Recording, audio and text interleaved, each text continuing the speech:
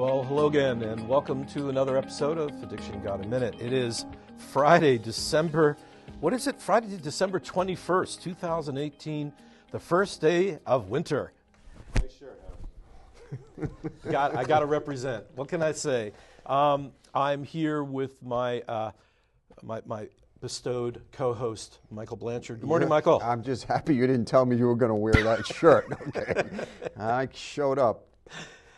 Yeah, well, being there is half the challenge, and you look beautiful. Okay, thank you. And it's supposed to be 65 degrees today, so you're more appropriate let than me us tell that you, have darling, like you sweatshirts look on. marvelous too. Yeah, all right, well, I appreciate that. It's Thank not you. how you feel that counts as how you're looking. Look, and exactly. you look wonderful. Speaking of looking wonderful, we have our guest today, Brian Morris. It's a pleasure to be here, and Thanks, I'm Brian. honored to be with both of you on this very festive day, despite the Hawaiian print you shirt. are honored. Despite the fact that we all have gray on, this is probably not I sending missed a the good memo gray that and said, black. It's wear like, your oh my Hawaiian God. shirt. Can we superimpose like a Santa outfit or something? Yeah, you and should have wear a little green more? sweater, and then we can put Wow. bad sweaters on you. Wow, yeah. Well, it's in an interesting time of year. Last week we were talking about some of the issues related to seasonal issues, and I want you to keep in mind that this is a challenging time for folks, and I want to remind you that the emergency services is there. God forbid that you have something which is difficult to handle. By all means, call them with questions. Don't be afraid. It is quite all right. Especially quite all right for them to say, well, things sound like pretty good. Let's keep an eye on it. And then, of course, if you need more help, they are able to help you there as well. But there are opportunities that come along in life, and God winks, if you will, kismet, where when skill meets ability, and skill meets opportunity. And I think, Brian, you're at one of those wonderful places. Guys, take it from here. You brought him. It's your story. Yes. So Brian is actually taken the position that I had previously at Island Healthcare. And last time I looked, it was called the Mental Health Substance Use Disorder Access Coordinator, and you required, a giant business card to fit that in there. I've been called far worse things than I'm that, sure you have.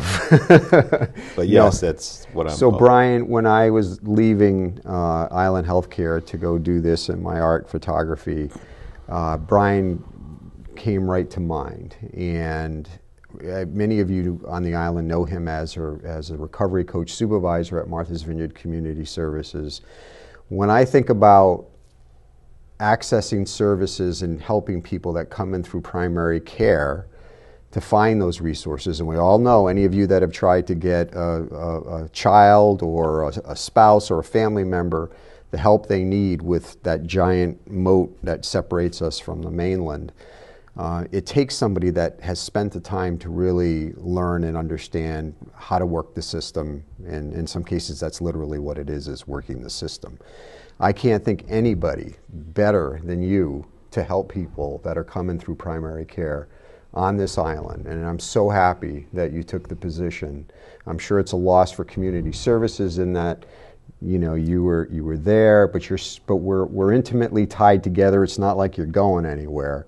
And I guess I just want to say to people on this island, if you need help, this is the guy that can help navigate the system. And so I'm very, very pleased that you decided to join us here as well. Well, Michael, that means so much to me, and thank you, because without you, I'm not in that position. And just back to the God wink thing for a second. When I got here this morning, I hadn't seen Howie in a while, and we were bringing each other up to speed on what it is that we've been up to lately, and lately is the last 6 months. I haven't really talked to Howie in probably 6 months. Been a while. I mentioned that I had gotten my master's in spring, and I had mentioned that I was looking to do something with it to grow some wings and fly, if you will. And it was beginning to look a lot like Christmas. No, it was beginning to look like I was going to have to leave the island to do so. And then, speaking of God winks, I spoke to you, and you had mentioned that you were leaving in your capacity at Island Healthcare, wanting to turn it into more of a part-time gig, at which point Cindy said, actually, we're trying to ramp it up. And no, you can't. And I don't know if it went down exactly like this, but you said, okay, well, I know the guy you should hire. Yeah. And Pretty within close. moments, literally, you had given me her cell number. I called her, and we were off and running. Yeah. So without you, my friend, I'm nothing. But that's how it works, right?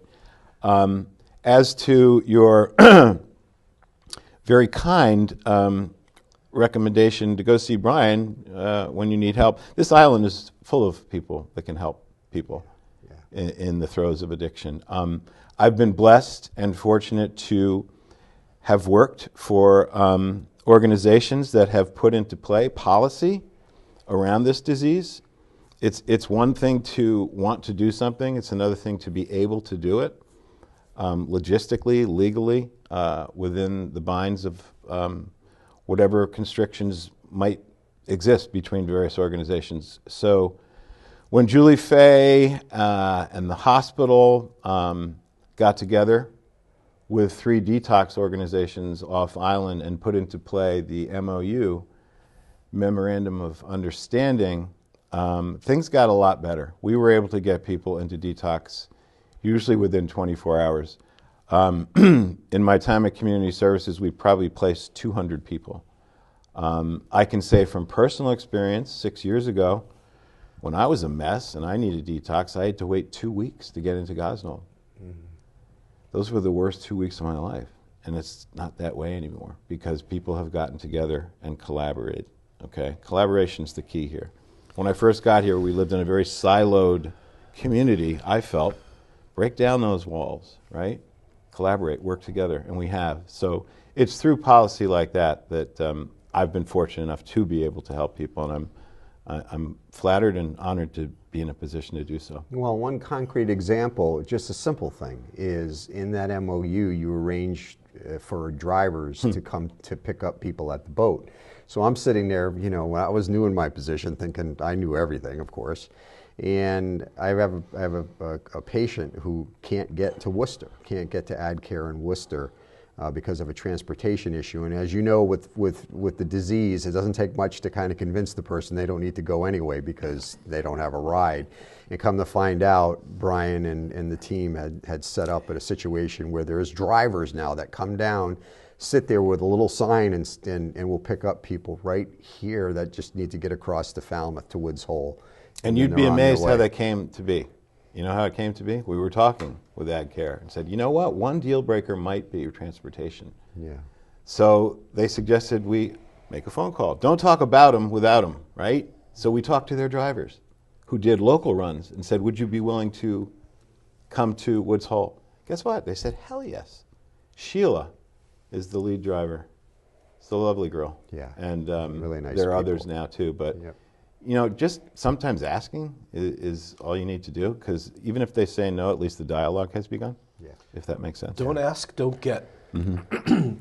A very wealthy gentleman told me once, the opposite of addiction being connection. This is another extension of that, connectivity, talking to the facilities and asking, you know, getting them on the line and talking about the challenges. The MOU program was tremendously beneficial.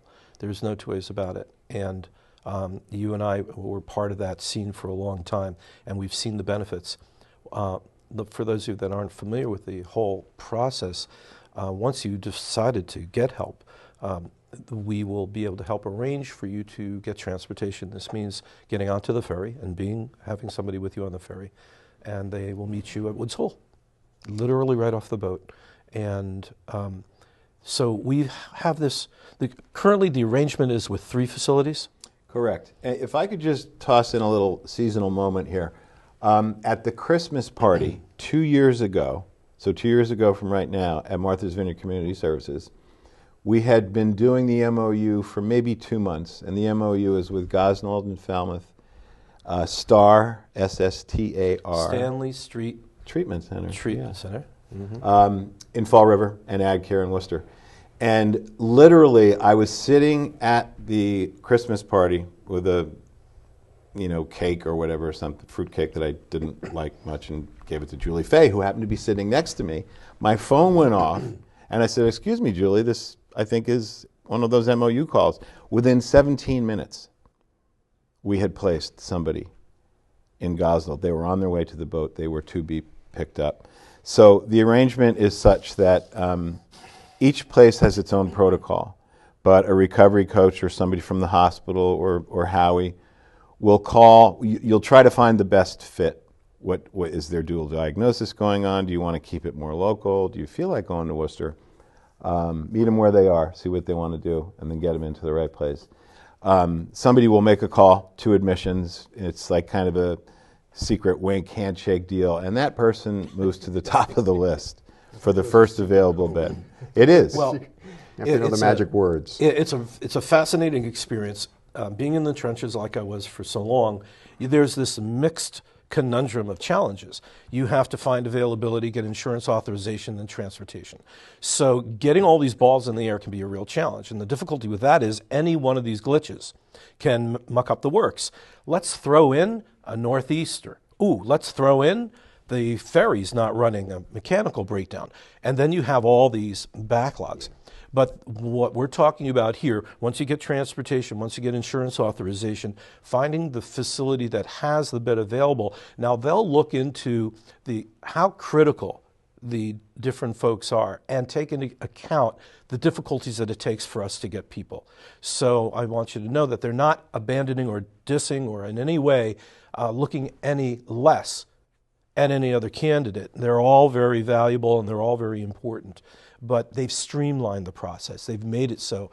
Because we talk about people that get stuck in the ER for days, and it just makes things worse. The only time in, I would say, the 200 or so MOUs that I've run, the only time that person wasn't in a detox bed within 48 hours was because of a nor'easter.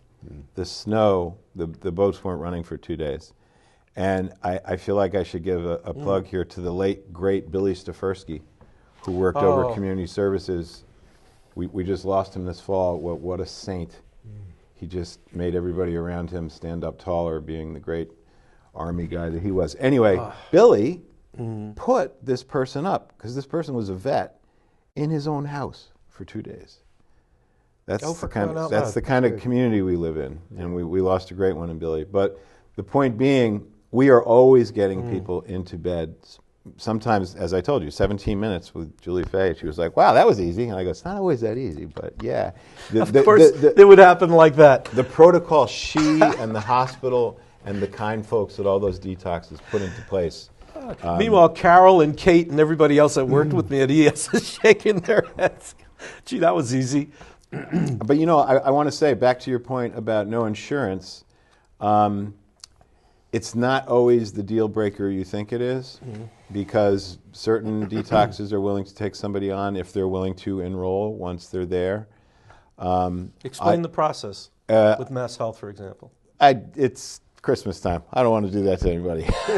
Well, it's easy because if they are retroactive, they go back a week. Yeah. So if you're not enrolled, they will get you into the enrollment process, and with that, they'll be paid. So that's what you're talking about. That is what I'm talking about. Another thing I'd like to talk about, don't let no money and no insurance necessarily be a non-starter. STAR, I've put many people through STAR on their sliding fee scale, that literally 2-week stays for $25. Everybody can afford $25, I think. Yeah, what's cool about STAR is they're a federally qualified health center. They're unique in that, I mean, they're like Island Healthcare. Right. That's what's so cool about us. Well, I'm not there anymore, but I still we are consider cool. that you'll take anybody regardless of the ability to pay. Now, STAR has to be careful too, but they get reimbursed considering the fact that they're going to take folks that don't have money. Correct. And so there is a resource. And I've dealt with the financial office at Gosnell, a couple of times, people no insurance, no money, working out ahead of time a payment schedule, and they're pretty cool about it. Yeah. I put somebody in there. I think we got it down to about $1,500, which he was able to pay in time over the course of 6 months. Yeah. So he was happy to. For detox. Yeah. He was happy to get in that bed, and I can honestly say that this was 2 years ago, and that man is still sober. I Hallelujah, don't think brother. he's paying off his bill anymore either. I think he did it. Cool. Yeah. Let me ask you a question. There's one thing I want to get from you before we run out of time is I get lots of questions about recovery coaching versus a therapist versus a sponsor versus a. Now I know Mass Health started reimbursing recovery coach time, which is a real acknowledgement from a group of people that don't like to pay a lot of money, but the fact that they're reimbursing for recovery coach minutes. What is the difference between a therapist, a licensed therapist, a recovery coach, and where do you see the two intersect here on the island? Great question, Michael, and I get it all the time. So I'm not a therapist, so I can't answer that question. I don't know what that's like to be a therapist, but I am both a sponsor and a certified recovery coach. I would say the main difference, seeing as we only have so much time here, as a sponsor, I'm taking people through the steps, the 12 steps. Yeah. It's pretty much, I don't know too many sponsors who haven't done the steps with their sponsees. Yeah.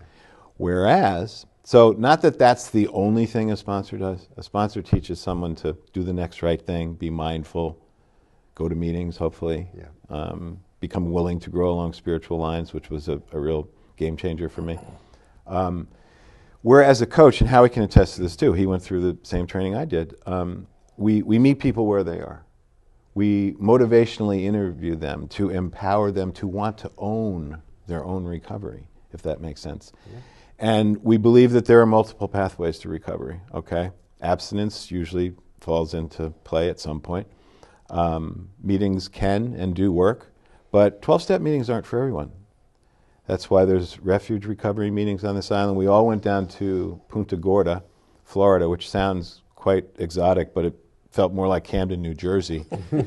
3 days in, I looked at Eric Adams, and he's like, I feel like I'm in Trenton. This isn't really Florida, is it? But anyway. It was strange. It was strange, wasn't it? Yeah. So it was a week-long seminar on all the various ways to skin the recovery cat, okay? Yeah. Smart recovery, refuge recovery. There are people with machines in the corner hooked up to tubes. Biofeedback, that's right. Yeah. Hypnosis. That hasn't taken hold here, but the other types meetings have. Essentially, like I said, we're meeting people where they are and helping them explore their relationship with substances and what they want to do about it and how can we help you get there. I can springboard off of that just a little bit. The primary difference that I do believe between recovery coaching and therapy, a therapist will take you through the process of engineering or re-engineering your state of mind, how to take the steps to purposefully address the conflicts in a strategic manner in a system which has a process which has been proven, documented, and is understood by other professionals. The recovery coach will bring the person to them. The recovery coach offers all this diverse, multiple pathways, multiple methods to recovery. This would be on every conceivable way of group interaction, individual interaction, different types of encounters, whether it be 12-step or any other self-help program. So the big differentiation between the two is the clinician has a purposeful design in helping address the specific issues, and the coach is helping people to facilitate that model. And a recovery coach is oftentimes a resource broker, okay? Making those connections you spoke of. Absolutely. So I'm referring people to therapists to do their thing, at which point I'm like, see you later, have fun, you know. And then you talk with your client about that. Right. Making sure they get to meetings, making sure they take their medication, being the one to help surf the urge, you know, when it's a challenge. And yeah, it's a wonderful dance. They work in concert with each other. There's a little bit of overlap in that the therapist may facilitate the intention, encourage people to follow through, but they're not the ones that are going to go to meetings with them. No. That's where the sponsor or recovery coach do. And back to Michael's point, there's good news out of Washington, said no one ever, but... Did Trump resign today? No. Hey. The H.R. 6 bill, I don't know if anybody's been following this, the largest piece of legislation against the opioid epidemic ever has been passed. And it's wonderful on so many levels.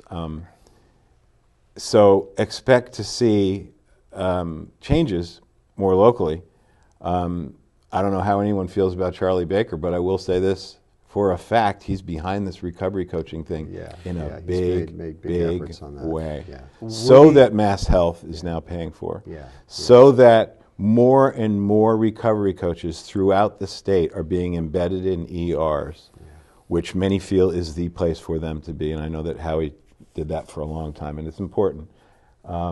So slowly but surely, we're feeling the impact of the profession of recovery coaching gaining integrity, okay? And everything we do, we were taught in training, be kind to the profession. The integrity of this profession is something, it's changed my life so much for the better, simply by helping other people. In the 5 or so minutes that we have left in the show, what I would like to see is, I would very much encourage you to ask Brian, ask us about the recovery coaching program, to become a recovery coach and then start to affect change on people in your lives, people around you. It's one-on-one, folks. Everything happens individually, one-on-one. I would love to say that we could throw a big blanket over everybody and make this big move, but the individual interactions are the really valuable component. Hear, hear, and I would like to add, if you speak Portuguese, please become a coach, okay? And I'm not joking, I'm deadly serious. I've only seen, in my time at Community Services, 2 Brazilians who speak Portuguese. I'm able to coach through an interpreter, which is okay, but it's not ideal. And if you build it, they will come. If we have Portuguese-speaking recovery coaches, they will come. That population is so underserved on this island, and Michael can speak to this too, having worked at Island Healthcare. They need to be addressed more fully, and recovery coaching is one way we can do this. So the next round of training, if you're interested, hit one of us up. If you speak Portuguese, we would love to get you trained. And it's so hard. We had one patient I know at Island Healthcare that didn't speak any English, was all Portuguese, and to try to get her into a rehab, she had to really have the drive and desire to get there, because there were so many places along the way. I just wanted to be able to talk with her. Motivational interviewing is, you're in the person's head a little bit. You're trying to use their, trying to implant so that their motivations drive them. When you can't speak the language, it creates such a barrier, and it's hard to be empathically engaged with someone if you're not speaking. So I give her credit for following through, but it shouldn't be that difficult. So I hear you. We need to have people that, if we're going to meet them where they are, we have to be able to speak the language of where they are as well. So, amen, brother. Yeah. Not only do I want to back you up on all that, Senator Baker, he's done a phenomenal job with H.R. 6, the Support for Patients and Communities Act, and Woody Giesman, who recovery coach, my supervisor, for intervention, my intervention supervisor, has done tremendous work to move that forward. So thank you both very, very much. So we're getting down to our allotted time. Brian, how can people find you on the interweb or here on Martha's Vineyard? You can contact me. I'm still actually on the payroll of Community Services. I'm doing coaching in the high school, and I'm going to start coaching at the charter school in January. Both my employers have agreed to allow that to happen, which is a wonderful thing. So wonderful. Community Services, extension 411. I'm also now, even though I don't have business cards yet, I just figured out my email at Island Healthcare. I'll just give you, can I give phone numbers out here?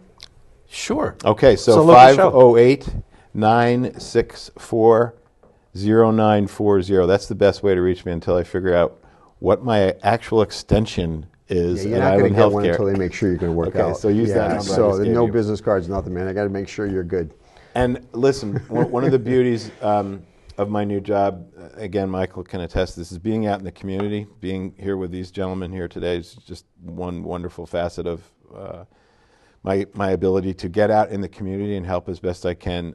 Don't be afraid to ask me, and I think these guys would say the same thing. Anything of any sort with regards to recovery, addiction. my life got a lot better when I started helping people, because I certainly needed help when I was down and out. And I got it. I got it in the form of people here, which is why I'm still here. I want to give back. So if I can help you in any way, Hallelujah. hit me. Ditto, brother.